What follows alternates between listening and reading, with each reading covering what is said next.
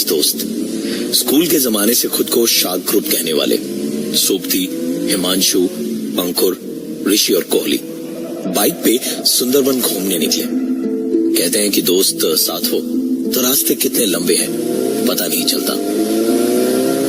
पांचों दोस्त बड़ी स्पीड में बाइक चलाए चले जा रहे थे कि तभी एक आवाज हुई।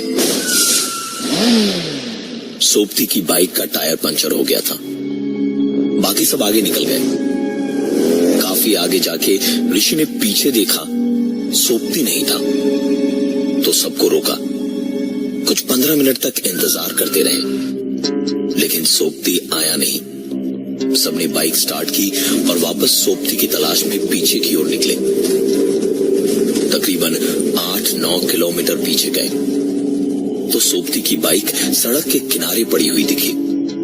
टायर पंचर था और सोबती आसपास कहीं नहीं था। पतली सी उस सड़क के दोनों तरफ कुछ नहीं, सिर्फ जंगल सा था लेकिन बहुत घना नहीं था। बाइक के पास ही तकरीबन 20 कदम की दूरी पर एक मिट्टी का छोटा सा कमरे जैसा एक घर बना हुआ था। गिरी हुई बाइक और सोबती का कोई नामो निशान ना देख के अंकुर ने फोन मिलाया। सोबती का फोन बजा लेकिन अंकुर को अपने फोन पे होती रिंग के साथ साथ कहीं सोबती का फोन भी बजता हुआ सुनाई दे रहा था। सबने इधर उधर देखना शुरू किया तो आखिरकार हिमांशु को थोड़ा ध्यान लगाने पे सुनाई दिया कि फोन उसी मिट्टी के कमरे के अंदर बज रहा है। तड़तड़ाते हुए चारों दोस्त उसके अंदर घुसे तो देखा कमरे के अंदर सामने जमीन पे सोबती आराम से सो रहा था। उसे जगाया तो सोबती ने उठ के आंखें मलते हुए कहा, ओह, मैकेनिक अभी तक नहीं आया। सबकी सांस में सांस आई, जैसे पता नहीं कुछ सोच के घबरा गए थे सब। सोबती ने बताया कि बाइक खराब होने पे एक लड़का वहां से गुजरा जिसने यहां इंतजार करने को कहा कि वो मैकेनिक लेके थोड़ी देर में आ जाएगा। और पता नहीं मतलब मेरी आंख कब लग गई। सोबती के इतना कहते कहते दरवाजे से एक लड़का अंदर आया। पता चला कि ये वही लड़का था। उसने बाइक ठीक करनी शुरू की और घिरता हुआ अंधेरा देख के कहा, दादा आप लोग जल्दी निकल जाओ, अंधेरा हो गया है, उसके बाद कोई फेरी नहीं मिलेगी आपको। बात भी सही थी उसकी। सुंदरबन में अंधेरा घिरने के बाद ऐसे फेरी वगैरह पे जाना मना है, लेकिन जब पांचों दोस्त साथ में हो तो फिर क्या टेंशन। हंस के उड़ा दी उन्होंने उसकी बात और बाइक ठीक होने पे पांचों वापस निकल पड़े आगे। अंधेरा घेर चुका था, फेरीज सचमुच जा चुकी थी और कुछ जो वहां थी जाने को तैयार नहीं थी। सबने साफ साफ मना कर दिया जाने से। पांचों ने सोचा कि वहीं कैंप किया जाए रात को कि तभी एक आवाज आई, ये सुंदरबन है बाबू लोग, यहाँ सब मिलेगा। चलो मैं छोड़ देता हूँ, बिल्कुल सही जगह लेके पहुँचूंगा। आप वही है ना, वही पिछली बार जो आए थे, हिमांशु, कोहली, ऐसा ही कुछ नाम था ना आपका। नजर घुमा के देखा तो पेड़ के नीचे एक आदमी बैठा बोल रहा था। बीड़ी का धुआं छटा तो उसका चेहरा दिखा, गाल धसे हुए, आंखें भी धसी हुई और चेहरे पर मुस्कुराहट। उसने पैसे थोड़े ज्यादा मांगे और बताया कि दूसरे रास्ते से ले जाएगा। उन्होंने उसके साथ उस जगह से निकल जाना ही बेहतर समझा। बोट पे नीचे बाइक रख के पांचों बोट के ऊपर चढ़ गए। अंकुर बाइक के सामने बैठा हुआ था। कुछ देर में बोट वाले का हेल्पर वहां आया और अंकुर को देख के पूछा, आप यहाँ क्या कर रहे हैं? अंकुर कुछ बोलने को उठा और उस तरफ पलटा तो देखा वहां कोई नहीं था। अंकुर से उस आदमी ने फिर पूछा, आप यहाँ क्या कर रहे हैं? इस बार आवाज उसके ठीक पीछे से आ रही थी।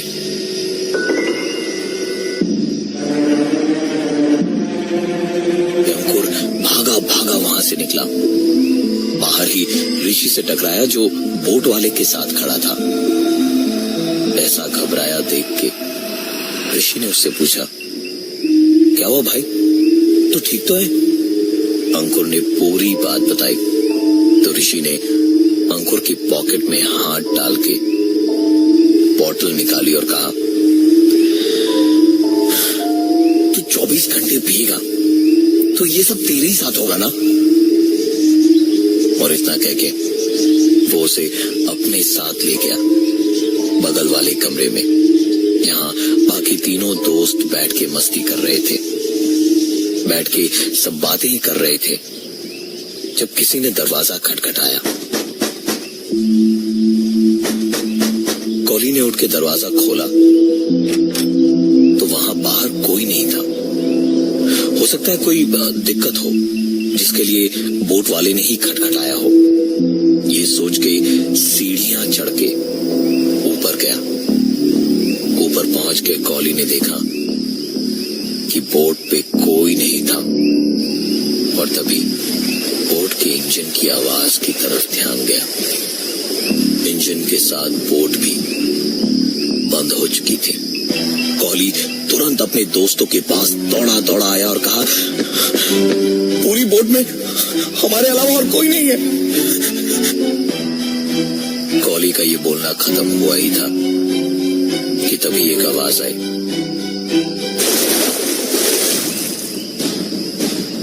कॉली भाग के उस आवाज की तरफ पहुंचा तो देखा बोट वाला आदमी बाथरूम से हाथ पहुंचता हुआ बाहर आ रहा था। कॉली ने उससे पूछा, तुम्हारा पार्टनर कहां गया जो अभी नीचे ही था थोड़ी देर पहले? उस आदमी ने हंसते हुए कहा, पार्टनर? साहब मेरा कोई पार्टनर नहीं है, मैं अकेला ही हूँ। ये बोट मेरी है। अब आप लोग आराम से बैठिए, मैं देख के आता हूँ क्या गड़बड़ है। कॉली वापस कमरे के अंदर गया और दरवाजे को बंद करके सारे दोस्त मस्ती मजाक कर ही रहे थे कि तभी दरवाजे पर नॉक हुई।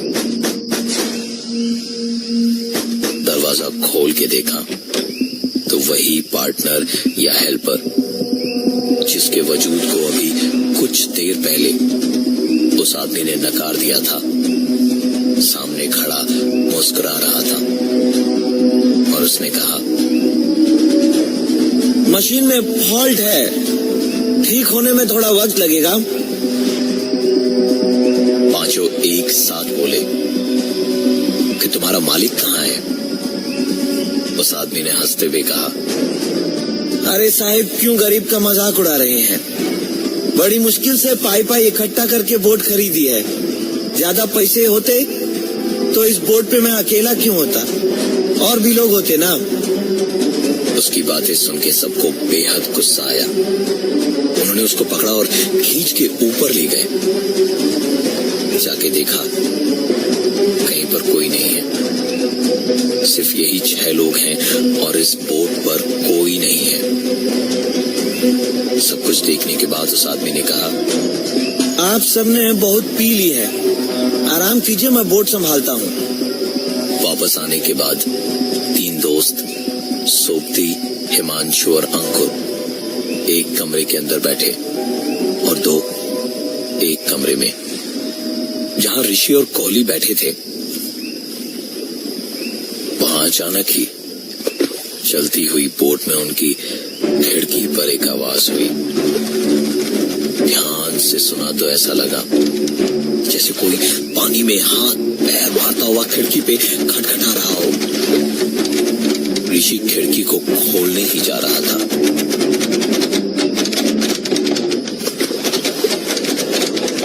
कि कोहली ने हाथ बढ़ा के उसे रोका और कहा, मत जा वहां।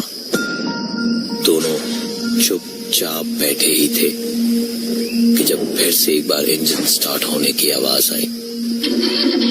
इंजन के स्टार्ट होते ही बोट फिर एक बार चल पड़ी। बोट जैसे जैसे आगे बढ़ी, खिड़की से पांचों दोस्तों ने बाहर देखा। सामने जेटी पे खड़ा था वो आदमी जिसे ये दोस्त अभी तक इस बोट का मालिक समझ रहे थे। वो हाथ फहराता हुआ वहीं से कह रहा था, जाओ जाओ, आराम से जाओ, एकदम सही जगह पहुंच जाओगे तुम लोग।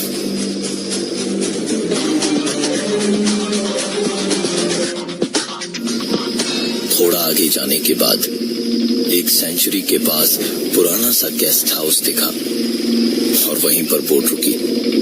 बोट के उस हेल्पर ने कहा कि रात वहीं बिताएं और सुबह होते ही निकल जाएंगे वहां से। वो हेल्पर वहीं बोट पे ही रह के उनका इंतजार करेगा। पांचों की थकान और परेशानी में हालत बहुत ज्यादा खराब थी। उन्होंने 2 कमरे लिए, एक में सोपती, हिमांशु और अंकुर रुके और दूसरे में ऋषि और कोहली। रात का वक्त था। जंगल के सन्नाटे में रह रह के जानवरों की आवाजें बहुत तेज आ रही थी। किसी तरह सोपती, हिमांशु और अंकुर सोए। आंख लगे तकरीबन 1 या 2 ही घंटे हुए थे कि तभी अचानक सोपती उठ के दरवाजा खोलने गया। दरवाजा खोला तो सामने देखा वही आदमी खड़ा था जिसे उन लोगों ने बोट का मालिक समझा था और जो बीच नदी से ही गायब हो गया था। सोपती की उसे देखते ही हालत खराब हो गई थी। वो डर के मारे कांप रहा था और तब तक हिमांशु और अंकुर भी जाग चुके थे। उठ के उन्होंने भी दरवाजे पे उसी को देखा तो उस आदमी ने हंसते हुए कहा, कुछ खाएंगे साहब? सोपती ने उसे धक्का दिया और तीनों वहां से निकल के भागे। सामने देखा तो ऋषि और कोहली उन तीनों का नाम पुकारते हुए चिल्लाए जा रहे थे और जेटी के किनारे बोट की ओर भागते हुए उन्हीं के लिए खड़े थे। तीनों को आता देख वो दोनों आगे आगे भागे और बोट पे चढ़ गए। सोपती, हिमांशु और अंकुर भी पीछे आए और बोट पर चढ़ गए। बोट का इंजन ऑन किया तो बोट आगे की ओर बढ़ने लगी। तीनों ने राहत की सांस ली और पलट के वापस देखा तो उनको जो कुछ भी दिखा उस पर यकीन करना मुश्किल था। ऋषि, कोहली और वो आदमी जिसे वो बोट का मालिक समझ रहे थे, तीनों आदमी जेटी के कोने पे खड़े होके हाथ हिलाकर अलविदा कह रहे थे।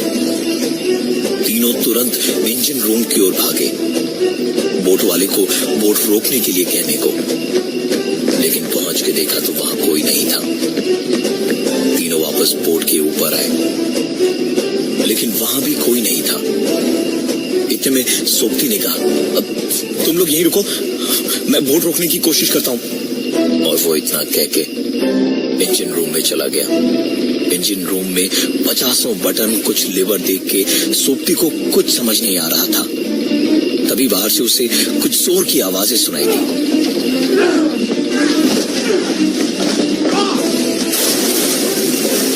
सोपती तुरंत इंजन रूम के बाहर भागा। वहां पहुंच के देखा हिमांशु और अंकुर भी अब इस बोट पर नहीं थे। इस बोट पे इस वक्त कोई था तो वो था सिर्फ सोपती और बिल्कुल अकेला।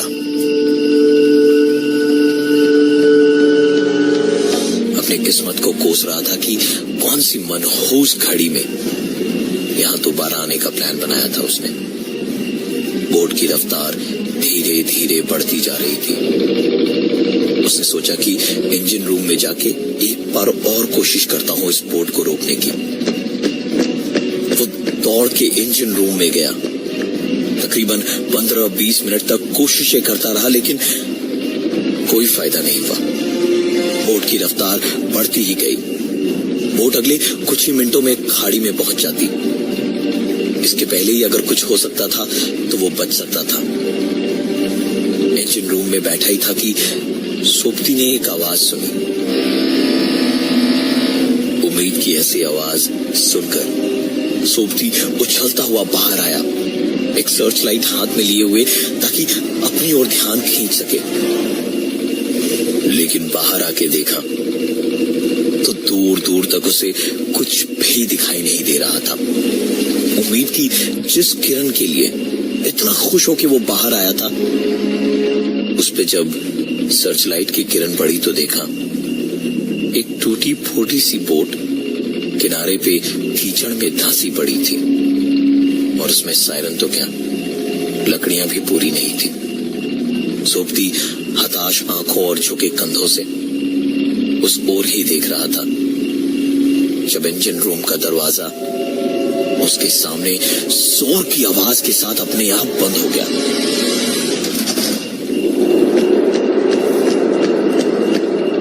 सोबती तुरंत भागा और जोर जोर से दरवाजे पर मारने लगा। दरवाजे को पीटना बेकार था, क्योंकि दरवाजा अंदर से बंद था। इंजन रूम एक दरवाजे को छोड़कर चारों ओर कांच का बना हुआ था। कांच तोड़ के अंदर घुसना ही इकलौता रास्ता था।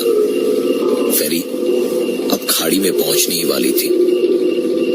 सोबती कांच तोड़ने एक लकड़ी लेके जैसे ही कांच के पास पहुंचा तो उसके हाथ से डंडा छोड़ के गिर गया, क्योंकि एक लड़की बैठी थी उस इंजन रूम के अंदर, एक फटी सी लपेटी हुई साड़ी में।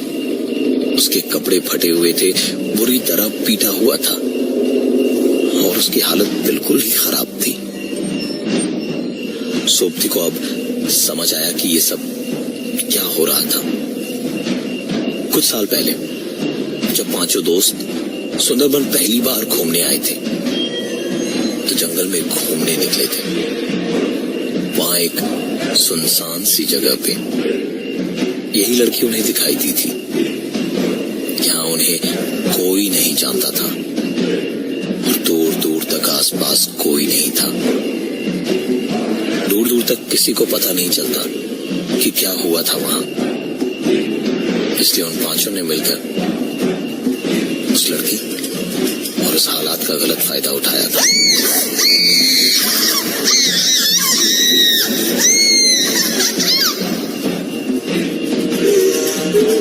ये बोट उसी के दो भाइयों की थी जिन्होंने दुनिया से तंग आके और उनके तानों से तंग आकर सुसाइड कर लिया था।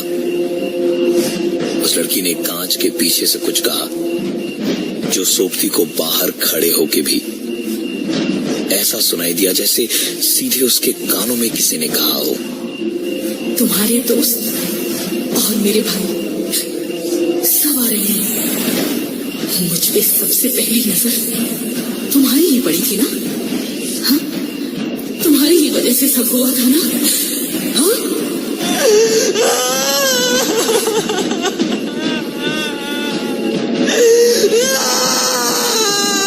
बोट अब खाड़ी में काफी आगे आ गई थी कि तभी अचानक बोट रुक गई और कुछ आवाजें आने लगी।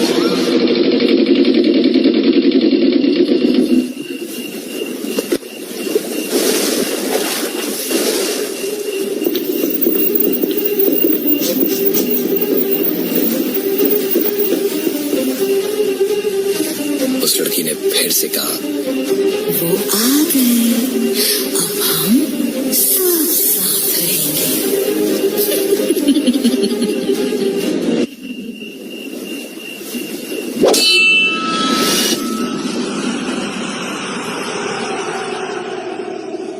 इंसान को उसके पापों की सजा इसी जन्म में मिलती है।